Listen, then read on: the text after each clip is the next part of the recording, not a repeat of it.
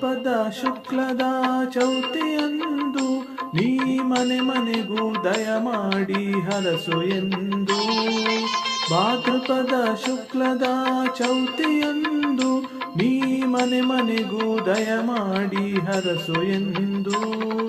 ನಿನ್ನ ಸನ್ನಿಧಾನದಿ ತಲೆಬಾಗಿ ಕೈಯ ಮುಗಿದು ಬೇಡುವ ಭಕ್ತರಿಗೆ ನೀನೆ ದಯಾ ಸಿಂಧು. ಗಜಮುಖನೇ ಗಣಪತಿಯೇ ನಿನಗೆ ವಂದನೆ, ನಂಬಿದವರ ಪಾಲಿನ ಕಲ್ಪತರು ನೀನೇ.